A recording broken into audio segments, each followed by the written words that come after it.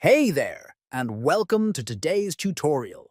If you're using Firefox on your mobile phone and want to move the address bar from the top to the bottom, or vice versa, you're in the right place. In this video, I'll show you step by step how to do it easily. First, open the Firefox browser app on your mobile device. Next, tap the three dots icon located at the top right corner of the screen.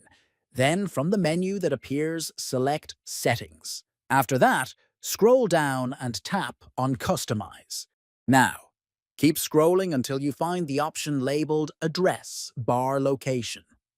Finally, you'll see two options, top and bottom. Select the one you prefer, and the address bar will move instantly. That's it. Simple and quick. Thanks for watching this guide on changing the address bar location in Firefox Mobile. If you found this video helpful, don't forget to subscribe for more useful tech tutorials and tips.